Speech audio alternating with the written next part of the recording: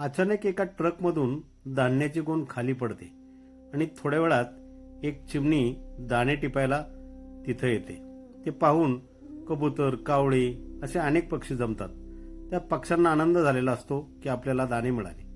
परंतु काही वेळात तिकडून एक माणूस जात असतो. त्याला वाटतं, अरे ही गोण माझी होऊ शकते. तो पक्ष्यांना उसकतो आणि गोणी उचलतो.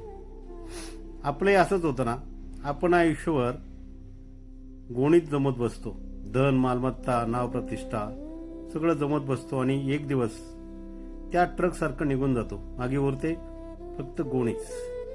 म्हणून तुकाराम महाराज म्हणतात, पक्ष अंगणी उतरती ते का गुंतून राहती, तैसा असावे संसारी जोवरी प्राक्तनाची दोरी. म्हणजे काय, या संसारात राहायचं, काम करायचं, धनसंचय करायचा, पण त्यात गुंतून राहायचं नाही. असेच नवनवीन व्हिडिओ पाहण्यासाठी माती माऊली यूट्यूब चॅनलला सबस्क्राईब करा.